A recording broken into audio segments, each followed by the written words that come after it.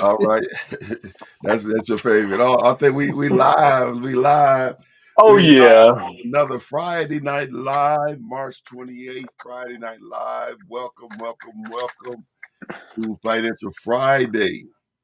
Financial Friday, where we are rising out of our financial slumps and thriving in financial freedom. I'm your host, Dr. A.D. Burns, and this is my co-host, Brother Minister Chief James Jones. How's it going, Chief Jones? Man, it's going good, Pastor. I'm glad I was able to make it through this whole week. We Okay. got a lot of good things going on and a lot of things are happening. So with all that being said, I'm overly joyed. All right, all right, all right. It's always good to be able to make it through another week, especially when you're grinding. And Oh speaking of yeah. grinding, Let me start off for all the people taking notes. Hello everybody and good evening to all my grinders. Oh yeah. We're about to get it now. we got to get it. We are about to get it. We Yes, are. yes, yes. It's getting closer to our release date. We're setting up a Financial Friday live. We're gonna have some food. We're gonna do a book signing. We're gonna release our book, and we're excited about that. We'll be announcing the dates probably next week. Once Yeah. our make sure we clear our venue and everything.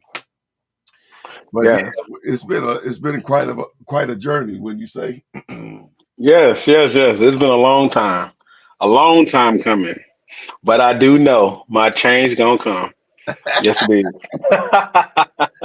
I think I'm missing something. Where I'm missing something. Uh, But change is gonna come. So Financial Friday is all about helping um, people to experience financial freedom, yes, yes, yes, and for those who are financial free, being able to help you to go to the next level. And so we're giving you some tips and points and helping you to get your finances together so that you can experience financial freedom. It's nothing like having financial freedom. Would you say, James? yes. It is ecstatic to have financial freedom. It All is right. fun. Okay.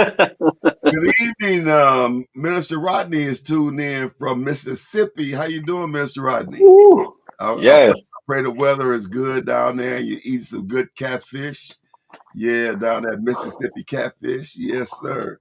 Well, tonight we just about made it through our 90-day challenge. Our 90-day challenge was designed to help you to create some good habits and get rid of some bad habits. Flowing in the six figure, we call it the six figure anointing. Flowing yes, in the yes, six figure anointing is not by accident. It's something that's intentional and on purpose.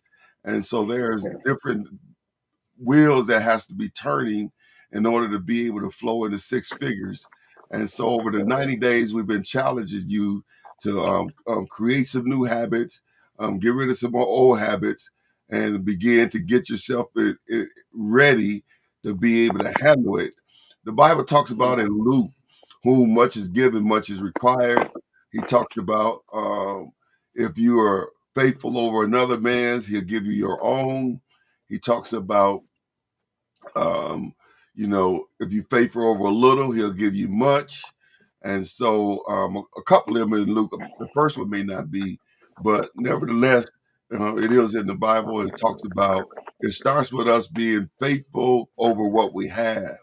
And so over the 90-day challenge, we've been trying to help you so that you can shift your life to become faithful over what you have. If you've been following us and doing anything that we've been sharing with you, by now you ought to see some progress. You ought to have some type of money market account or some type of CD that you can get in them very little. We yes, showed you how to park your money in a savings and build it up so that you can take it and shift it into a CD. Some others you may have been working on entering into the stock market. Be careful. We talked about not using money that you can't afford to lose.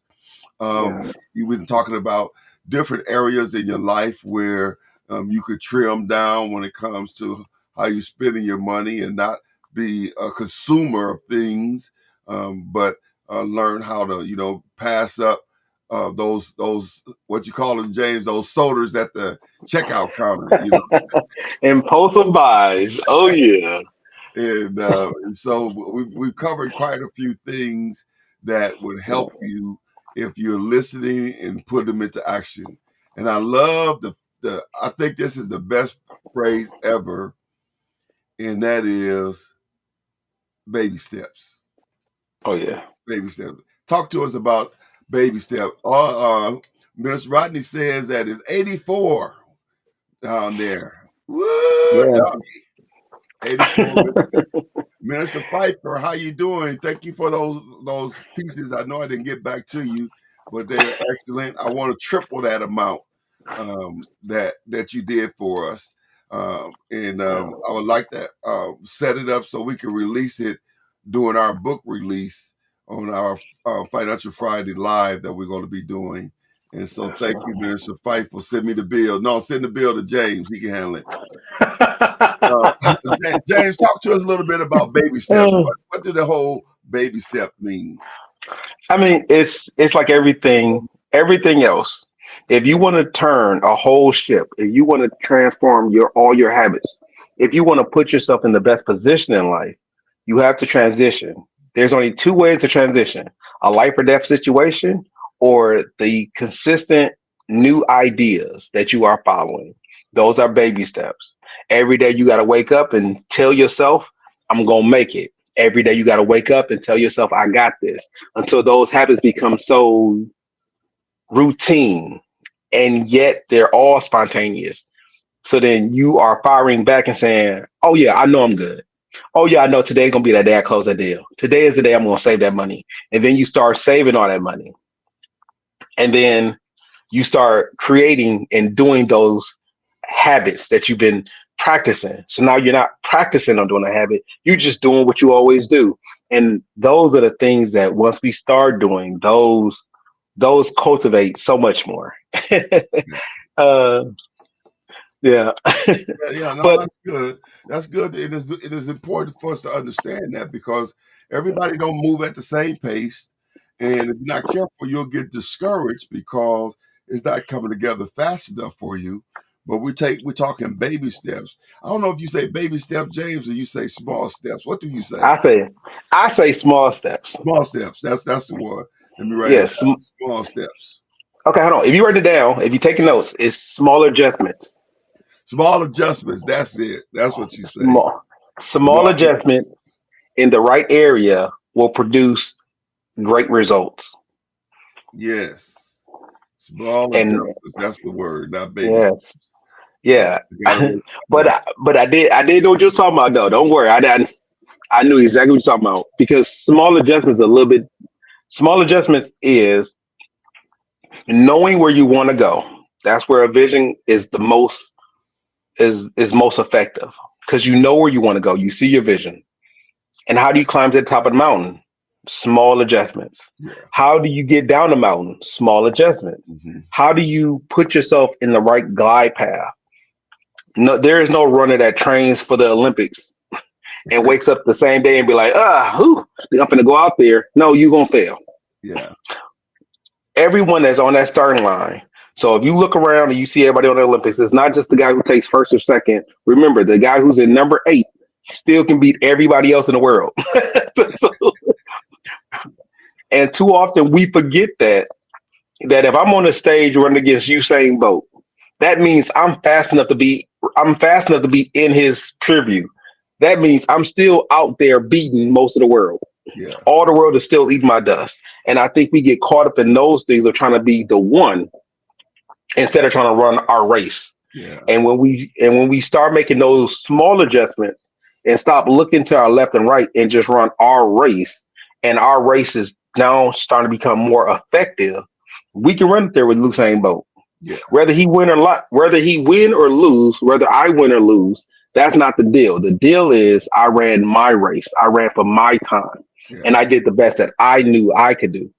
And that's how the journey starts. That's when you're that, and that's also how your journey ends. when you hit your own perfection. And using that analogy is very important that you also note that you're making progress, even though you may not run a race against what's his name, Usain Bolt. You know, you may not win the race, but you are further than where you were. You know, and so let's say you don't hit your six Yeah. figures this year, and you land at 60,000. I mean, that's still further than where you were. You know what I mean? And Yeah. so small adjustments, it says two things. One, it says small. So, you're not required to take these giant leaps. And then two, it says adjustments. So then there's a series of adjustments that we need to Yeah. make and tweak as we head towards that six figure anointing. Yeah, that six figure flow. Yeah. I Yeah. mean, I mean, it's like everything else. Usain Bolt had this one quote. It took him 4 years to drop 4 seconds. Some people can't last. Some people can't even last in their determination for 2 months. Mhm. But this man, just to drop 4 seconds on his time, 4 seconds. Now, to some people, 4 seconds don't seem like a lot. But when you're in his profession, 4 seconds is a lot. But it's a lot because he believes it's a lot. And that's what's those small adjustments. Getting yourself a coach, getting yourself trained, getting yourself in the right position, asking the hard questions. I'm this far. What am I not doing to get to that next level? I know I'm close, but what am I not doing? And being able to be real with yourself. Because I could have been in the same boat that I was in 20 years ago because I was making money, but that money wasn't producing what I wanted to produce. And yes, I made more money, but Mhm. that more money just got me in the same rut or a bigger rut than what I was in. It wasn't until I started asking those hard questions. What am I not doing? Where am I not going? Who am I not talking to? And once I start making those small adjustments of talking to the right people, being in the right limelight, talking to the right coaches, seeing where my money is going, tracking it, and then start making those adjustments. And those adjustments wasn't great. It was small adjustments. Okay, cool. Maybe I don't need to eat out every single day. Yeah. Maybe I could wait till the weekend. Maybe I don't need to spend my money frivolously. I may want to plan on my money. These are all small adjustments. Yeah. And your money is still leaving. Let me make sure everybody knows your money is leaving your pocket no matter what you want to do with it. Mhm. The question is, where are you putting it? Are you putting it in vehicles that would be for the future, or are you putting it in vehicles that you would eat for right now?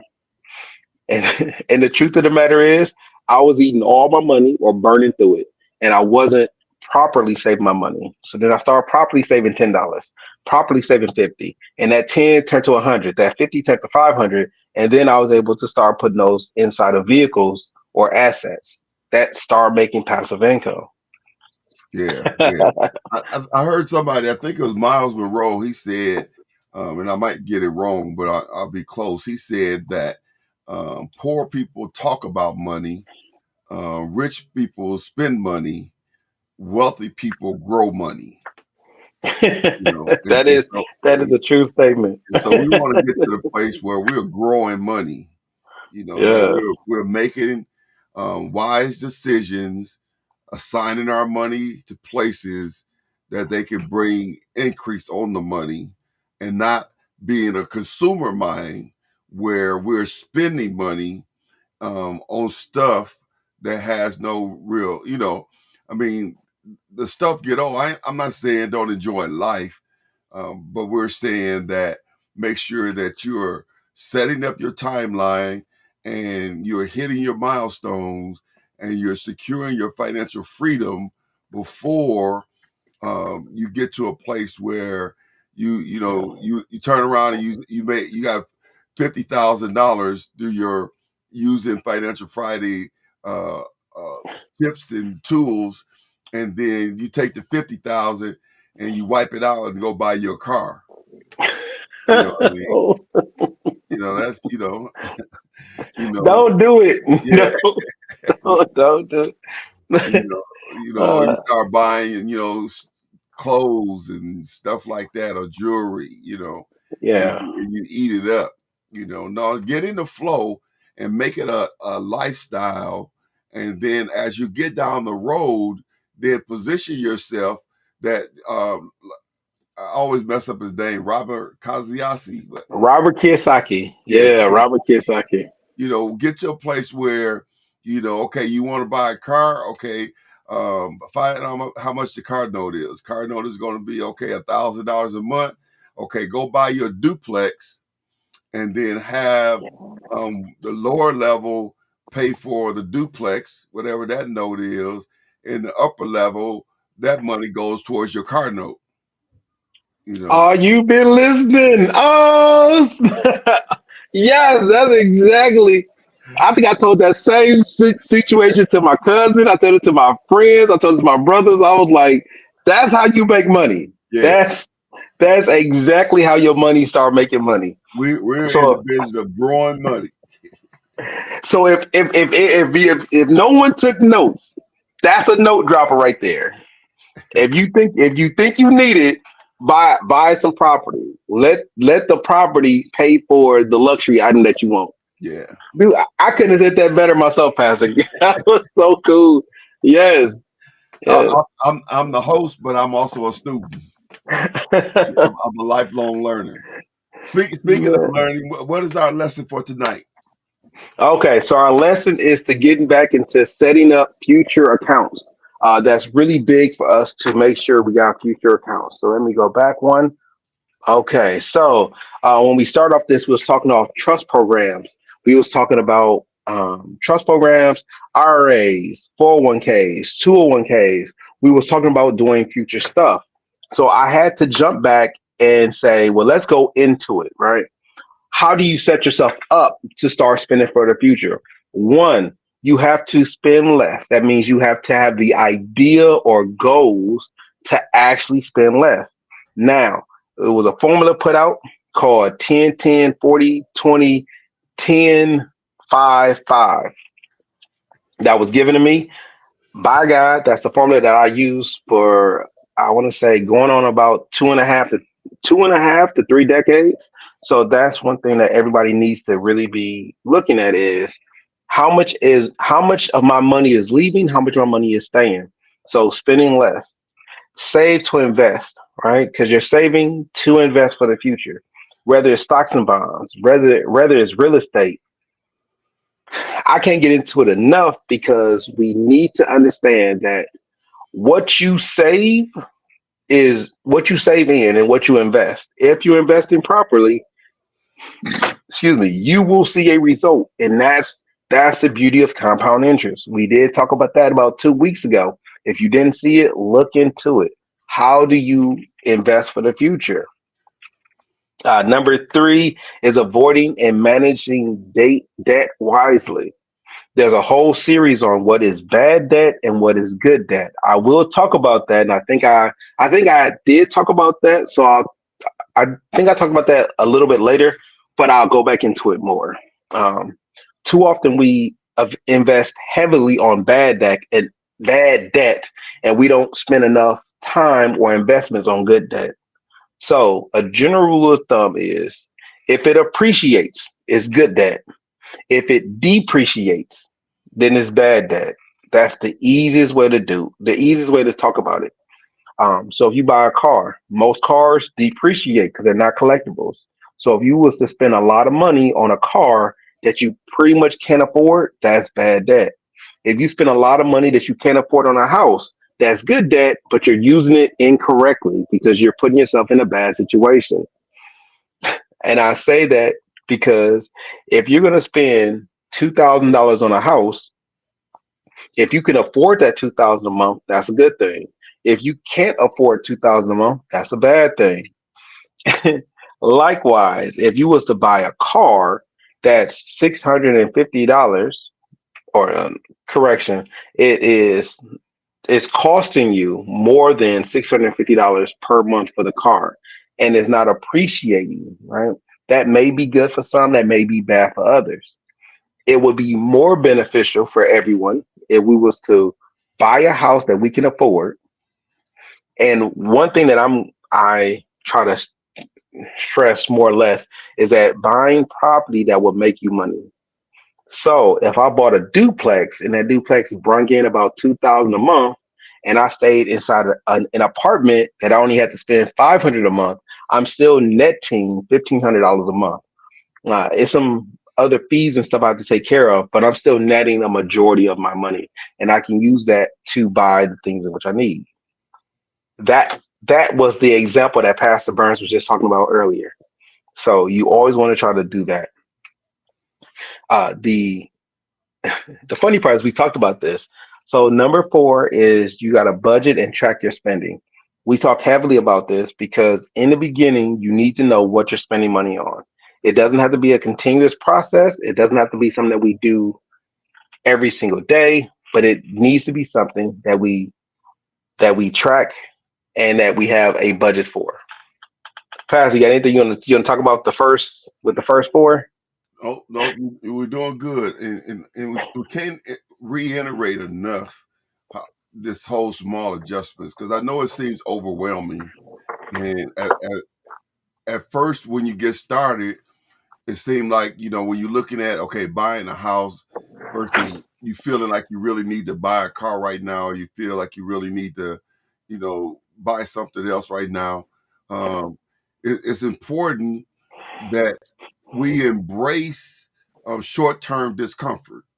All right. Yeah. And in order to experience long-term benefit, we're going to have to be able to embrace short-term discomfort. It's more beneficial to be discomfort for a short term and then be financially free long term than it would be to delay your financial freedom to be able to address something that can be addressed later, if that makes sense to you. And Yes. so that's one of the biggest problems in our community is, you know, we don't embrace short term discomfort.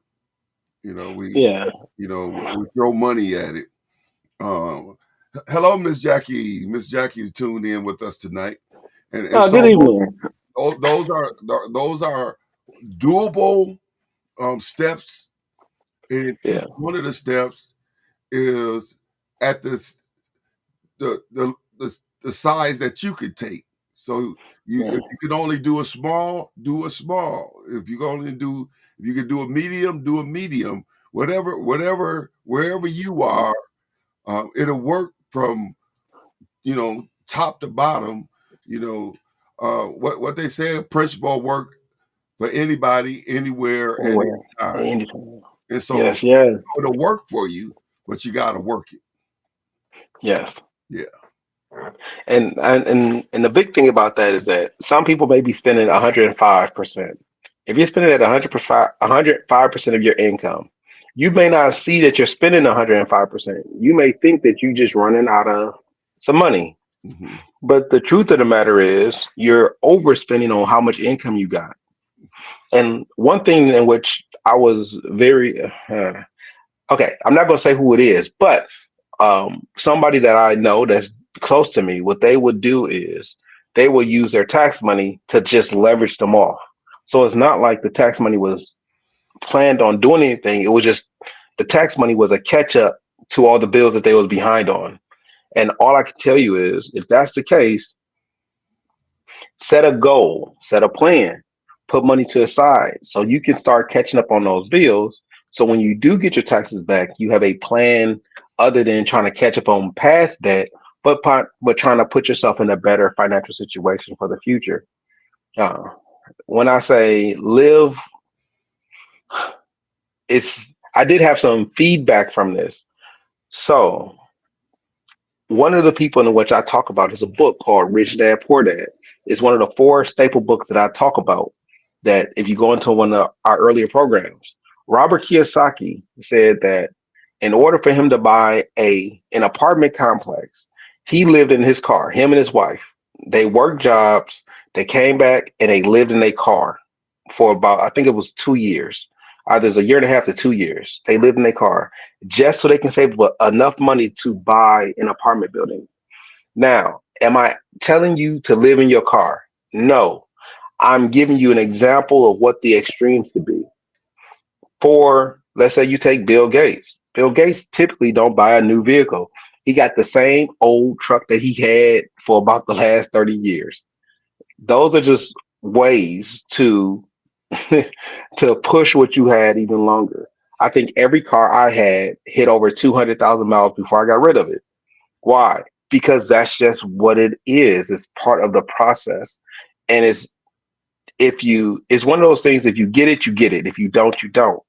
But both answers are okay. The main goal is that you have a goal. And the main thing that you do is that you set out to do what your goals are. Hmm. Because if you think living in your car is too much, don't live in your car.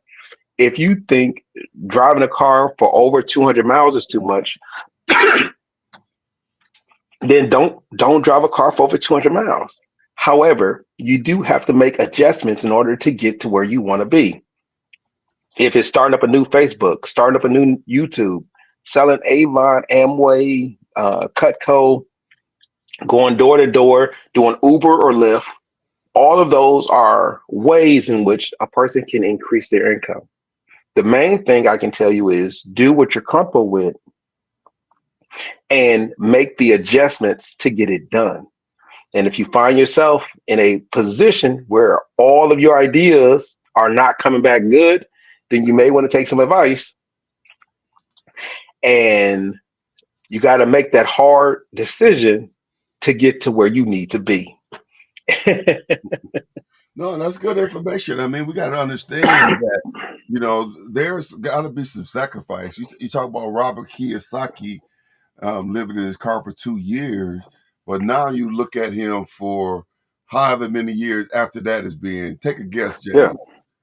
Uh, let's take a guess. How many years Almost has it been? 40, 40 years of 40 years. living at the level that he's been living, you know, uh, so 2 years sacrifice for 40 years of financial freedom, and each year going higher and higher. And I'm talking about financial freedom to the highest, you know what I mean? Because I'm Yeah. sure he could, he could walk in somewhere and, spend $1 million and it not hurt him, you know what I mean? Yeah. And so financial freedom to the degree that you are able to not be worried about the common things, and that you're able to go and do what you want to do.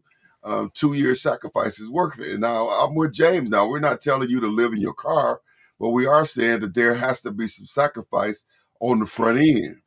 And so you have to be willing. And our sacrifice is really not even sacrifice. We talk about not going out to eat every day. That's not really a sacrifice. But because it's a lifestyle, it becomes a sacrifice. But that's just something. Mom and them will put on a pot of beans, and that thing would last them, the whole week. Or things we talk about sacrificing. We talking about buying a Chevrolet versus buying a Genesis, or Yeah. or That Benz, Benz, you know what I mean? BMW. Yeah. So the thing we're talking about, sacrificing, is not really sacrifices, but they are because they're part of our lifestyle. But we're saying that you have to be willing to sacrifice on the front end, whatever that looks like to you, and so that you can benefit long term on the back end. Yeah. Like Yeah. I bought a BMW, and it was a nice car, really nice. I can afford it. I can accept the payments, but it wasn't getting me to where I need to be. As much horsepower, as fun as it was, guess where it wasn't doing? It wasn't getting me to where I need to be. Mhm. So that's one of the sacrifices I had to make. So it wasn't that I do or don't like Chevy. I became accustomed to Chevy because Chevy will help me achieve the goals that I want to achieve. It's not that Chevy is a bad car or a bad brand.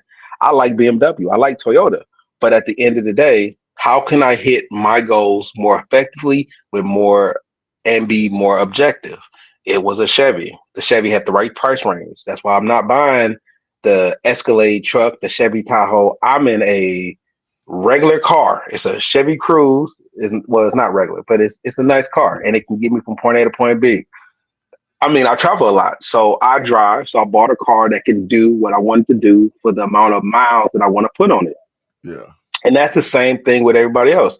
The BMW could still get me there, but that V6, did I need a V6 in order to go from here to Chicago every day or from here to Racine every day? No, I could have did it with a four cylinder. So let me make the adjustment and get that four cylinder. And it comes with parts and repairs. Well, how much does it cost to keep up a BMW M3? Well, how much does it cost to keep up with a Chevy Cruze?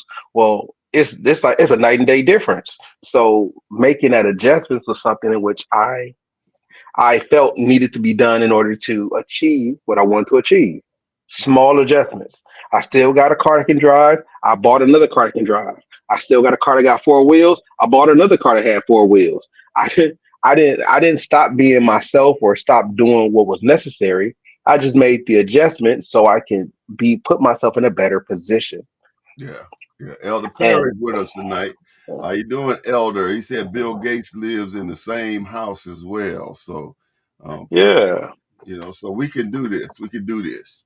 All right. I mean, yeah, some people like to imagine big things, but I tell you, if you have $1 million, you can redesign whatever house you in to make it look like whatever you want it to look like. I guarantee you. And if you don't like it, guess what? You can make all the improvements, sell it, and then go get the house that you want. Yeah. But we're gonna move on to the next ones is so moving back down the list, we got number 5. I think it's gonna come up on the screen. Yes, we have number 5 is diversifying your income. This is like the next tier. So I believe this is the next tier because of the fact that the first ones you could do at any point in time. Any point in time you could do it, and it's the start. The next tier is all the things that may take a little bit more time to do, and it takes a little bit more understanding. Diversifying your income and your investments. The reason why that's a big thing is because as you get older, you want to make sure you have more than one income flowing into your life. And when I'm saying that, I'm saying you can have two active incomes, you can have three active incomes, however your household functions. Some people have two parents and both parents have full-time jobs. If that's how you flow, then that's four active incomes. You also want to make sure you have passive incomes. When it talks about diversity, I'm not talking about just active income. You want to start building more passive incomes because when you're not working, you still want money to come in. So you got to have more passive incomes. Another thing is diversifying your investments. So whether your portfolio is just houses, you may want to think about something other than houses. You can do stocks, do bonds, do mutual funds. You don't have to just do houses. Or if you're just doing houses, you don't have to just do houses inside the city that you stay in. You can always go outside the city. Personally, I diversify everything. So I got different types of incomes and I have different things happening throughout various cities. So that's the way that you keep it. You always keep it current like that. It's like a mutual fund that you're building for yourself. 6 is understanding the power of compound interest. As much as we talked about it, the reason why you need to understand the power of compound interest is that's how you multiply your money very quickly over time. That's the reason why a person like me would want to start off as early as possible versus somebody starting off when I'm in my 80s or 70s. I may live to 100, but starting off when I'm in my 20s will net me a bigger return when I'm at 100 than if I start off at 80 and then I get to 100 years old. So those things are really key. And compound interest can work with you or against you. Every credit card that you have, every loan that you have is all compounded interest against you. However, when you start making your own money and your money is compounding interest, then all those accounts that have compound interest is working in your favor and they're working to your good. The seventh one is protecting your wealth. I think we touched on it a little bit last week. So if you don't know, look back at last week. We did touch on it. So protecting your wealth, like how do you set up trust accounts? Do you have any core values? How are you running your businesses? Those things in which we sometimes don't look at, we need to because when you hit the next level, you want to make sure that you are purposed that your money is purposed to do what you have planned to do when you're no longer on this earth or physically on this earth. Because at the end of the day, we want to make sure we set everybody up that we want to set up. So having a will in place is pertinent. If you don't have a will, having a trust in place is pertinent. If you don't have a will or a trust, have a business in place and have people be the beneficiaries of your business. All of these do what they need to in order to protect your money from getting ripped off, going over to the courts, or other people arguing about what your actual thoughts are. If you don't make plans for your money will do what it will do. And that is everybody will have a handout to grab your money, even when you're gone. Mm. So it's responsible of you to protect your wealth. The last three is just good to knows. So you want to set up financial goals. It's not to say I can't hit them or what if I die. Don't be that pessimistic. You can hit your goals. So set clear financial goals. I want to make $500. I want to make $2,000. I want to make $30,000. I was just talking to a good friend of mine, and I was telling them what my goals was. They may not be in the same path as yours. They may be too high. They may be too low. But like all things, start off where you are. So if your goal is 500, 2,000, 20,000, 300,000, wherever you are, that's where you want to start off at. And you want to increase your financial knowledge. Just like now, when we talked about last month about compound interest, you want to tune in the next. You want to keep tuning in to Financial Fridays, and we, I, I know it's a plug. You want to tune in to Financial Fridays, and we'll have more information for you. So I know it's a plug, but it is true. Increase your financial knowledge. The stuff I'm telling you, take notes on. Take notes. Go back, read, become more educated, and then that way you will do everything. And the last one is a great need to know is be patient and disciplined. Mhm. Patience is not going crazy when your money is going up and down. Patience is not going crazy because things don't look, not that they are not good, they don't look good. Yeah. And then be disciplined. That means if your money is to grow, you got to be disciplined. You can't take the plant out of the flower pot if it's still a seed. You got to let it sit there. You got to water it. You got to watch it grow. And when it grows, don't be so quick because it got to give it some time. It will bear fruit if it's in due season. And the same way we do plants, it's the same way your money goes. In due season, your money will bear fruit. Yeah. Yeah. And that last one is the key to all of the rest of them, and that is that discipline. And I like Yeah. Dr. Pastor Bridget Hilliard definition of discipline is forced obedience is what her definition is, and I like that one. You have to force yourself to do what you know is the right thing to do. Yeah. And we all know that we know what we're supposed to do most of the time, even when we don't do it. We know what we're supposed to do, and so we know we ain't supposed to eat a lot of pork or a lot of whatever. We know we're supposed to exercise. We know we're supposed to Yeah. drink a lot of water. We know we ain't supposed to eat a lot of fried foods. There's a lot of different things that we know, but we don't Yeah. always do. And so getting the information on Financial Friday, don't pig out and be obese with the information, but you're not doing it. You're not, faith without works is dead. And Yeah. so That's, don't just be knowledgeable of what we're talking about, but get to the place where you are making those small adjustments and you are actually putting this into practice, and you'll look up for you know it and you'll be free as a bird. yeah. But Yeah. some of the worst people, when I say the worst people, people are like, what do you mean the worst? I mean, some of the worst people that I can think of in business never been in business. They read a bunch of books, they got a lot of information, they can tell you a whole lot of risk that can happen, and they're very pessimistic. But the one thing they haven't did is the business. And like that is like the worst. There's no sense in studying without producing. There's no sense.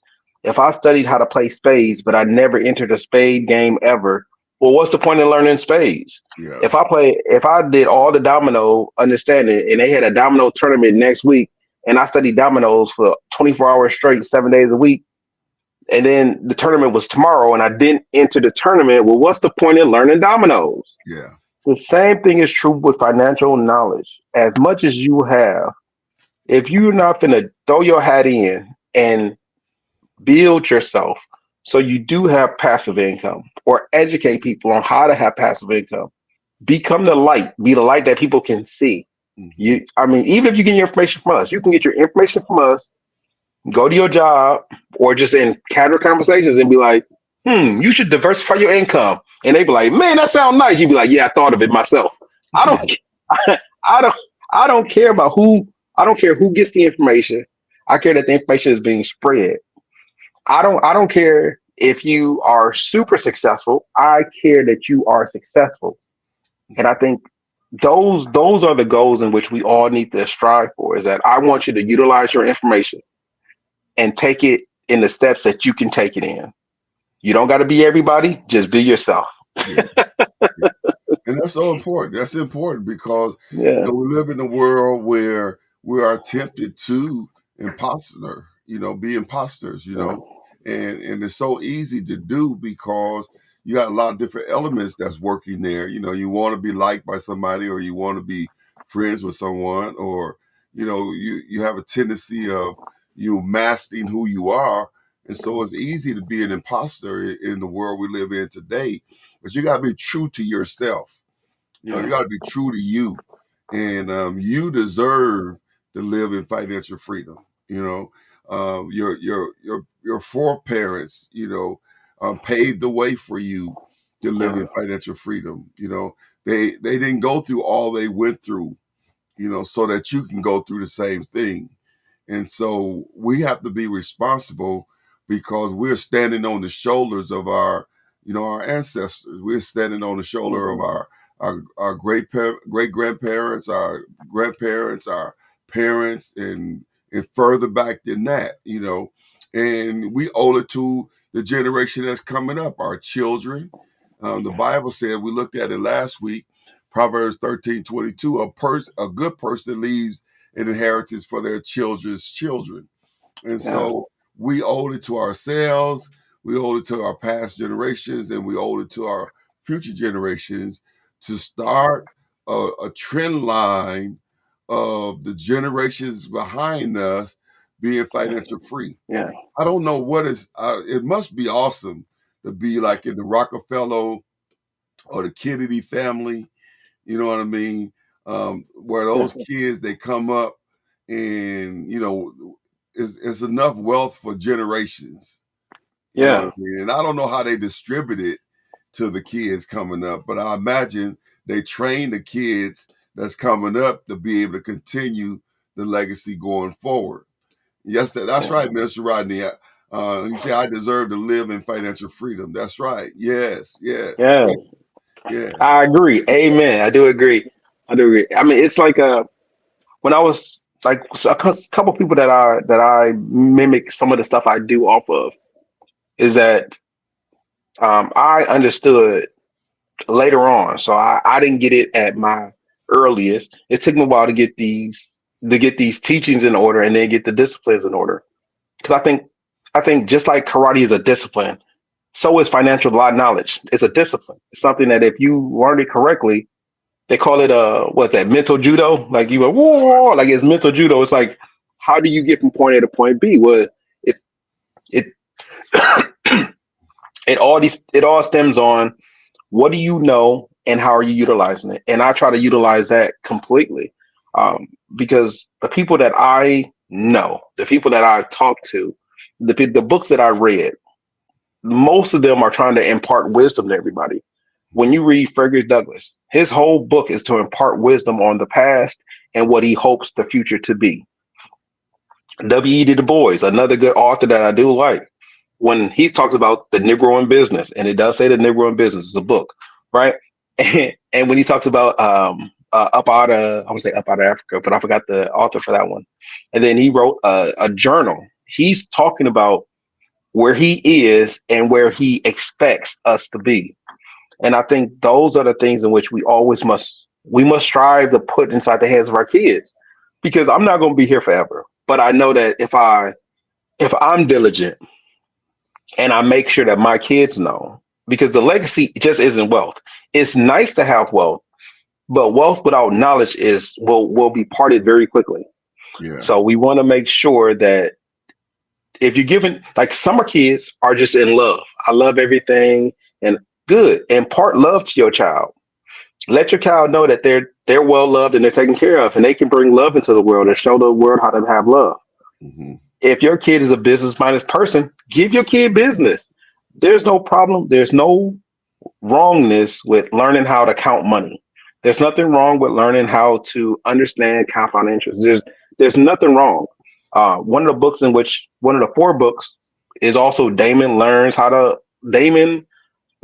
to earn, and it's a book about is a book written for kids. There's a lot of financial books out there, and since it took me a while to learn, I'm always putting that stuff in front of my kids to say, hey, this is where I messed up. This is where I want you to do. This is what I want you to go.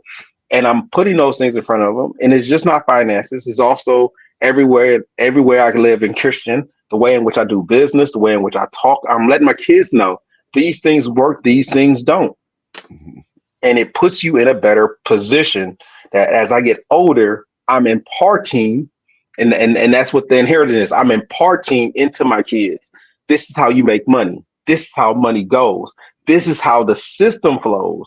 And this is how you can reap what you sow in the system. This is how it looks. And it's not just about money, it's about happiness, it's about friends.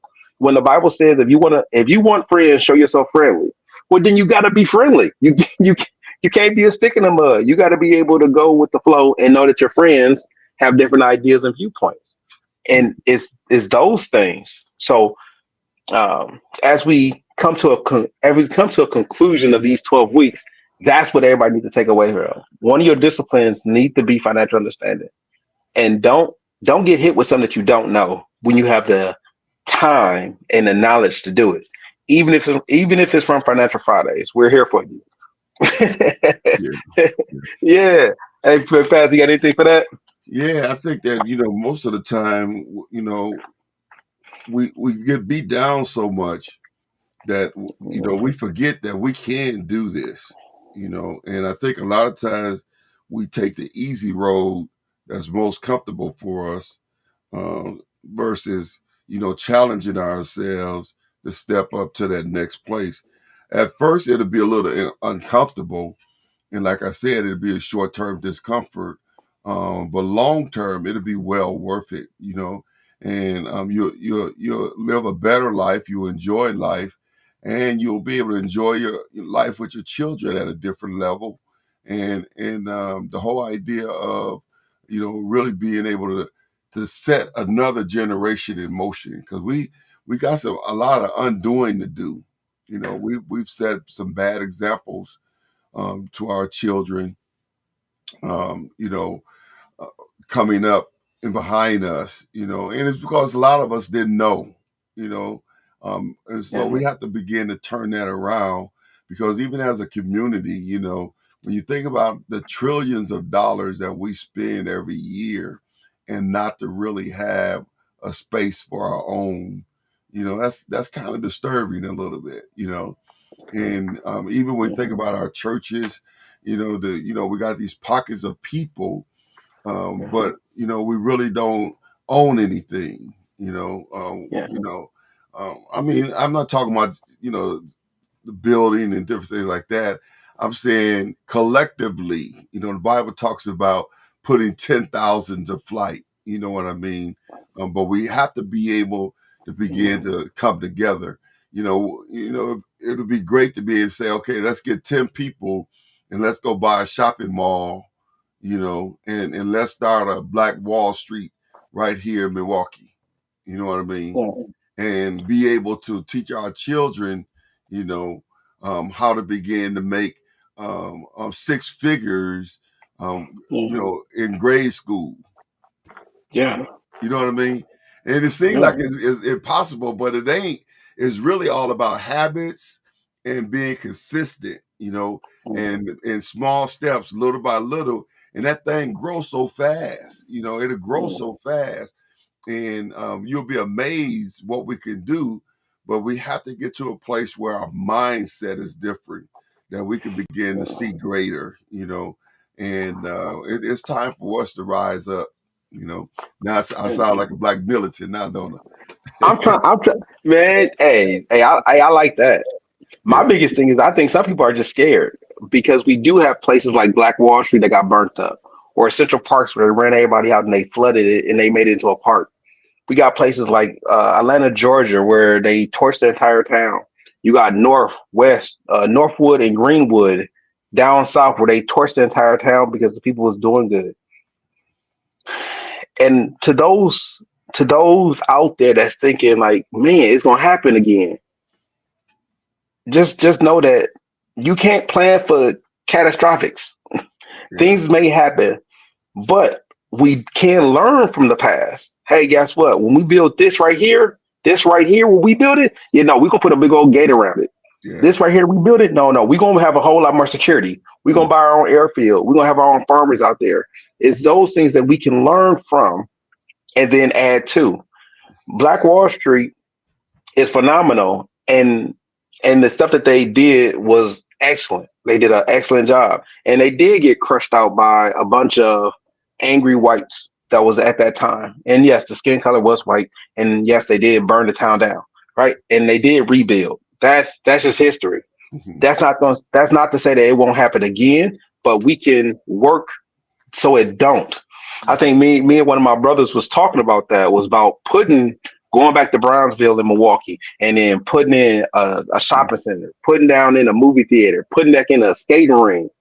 So mhm, it's not because everything that we do, if you notice, is like skating. Who does the majority of the skating? Not ice skating, regular roller skating. Then why do another group have that? The most of the gas stations that's in the urban area. Well, why do we not own most of the gas stations inside our own area? In other areas, the people who live there own a lot of their gas stations. Those are the things in which is just a mindset and a discipline to get it done. And yes, I'm already aware of the hardships. Trust me, I've been through them, and I probably got a whole lot more to go through. So I can tell you that discipline is key, patience is key, but I can see the fruit of my labor after 20 years. I can see the fruit of my labor within 10 years. The people I talk to now are all on board. I also got more people willing to do the same thing. Like, hey, yo, we need to make everybody financially literate. It's a lot more out there than get us all on the same page. yeah, And I believe in us. mhm, yeah, yeah. I think we got an invitation to start down in Mississippi there. She said, come revitalize there. And I think that's important that we, create that. I think with the six-figure flow, when we begin to experience the six-figure flow, and we pool together a group of investors from our six-figure flow, and we can go into an area like that, put in housing, or something that would benefit the community, but it would also bring residual back, Yes. into the six-figure club. I guess I'm creating a six-figure club now. I have to come up with another name. I don't like club, but the six-figure group. Okay. We are available on the J Connect in case anybody don't know. It's called the J Connect Network. Put your name in. Let's revitalize something we already got. We got the J Connect. Let's get the J Connect. It's the J Connect Network. And we gonna put that back on, Pastor. I'm telling you, everybody chime in, hashtag it, get it out there. Meet you at the J. That's it. Hashtag meet you at the J. So it's so important though that we begin to think, globally. We begin to think outside of just our household, and as we begin to strive for financial freedom, the components of being able to flow in six figures is going to, compel you to invest in something. You don't have to do real estate, but you're gonna have to do something, Yes. and you have to look for opportunities in order to assign your money so that your money can grow money. You know, that's the whole objective. so that you could be in a position that when these great ideas come, you can be in position to be able to say, "Oh yeah, I'll be a part of that," and then we'll really be able to see not only just um, our personal households financial free, but we began to create communities of financial freedom, and that's going to be that's going to be awesome. You know, um, Yeah, the six figure collective. that's what I'm talking about. Y'all think I'm joking? I am a pastor. If you tell me we got 5 to 6 people, let's do that. Let's actually start making moves Hey, because I'm all about putting people in the right position so they can benefit. And it's not even about me anymore. I made the money I was gonna make. Now people are like, what do you mean? I'm decent, so I'm good. It's now about putting people in the right position to get to where they need to get to. Right now, I'm real focusing on all my mentees. I'm focused on my brothers that are in business. I'm focused on my kids. Yeah, even my kids. I'm focused on a lot of people to getting everybody where they need to be. And I think I'm starting on my church too. So I got my church in my view. So we making it. So Mississippi, yeah, we can go down there. Long as we got food down there, we can be in Mississippi. I'm a food eater. We gotta have food where I go. well, one thing I know they got down there is some food. Yeah, they If they they got feed they got some food. if they feed, I'm eating. I'll be down there. I'll, I'll make a Well, mistake and listen, get down there. we're almost out of time for another Financial Friday.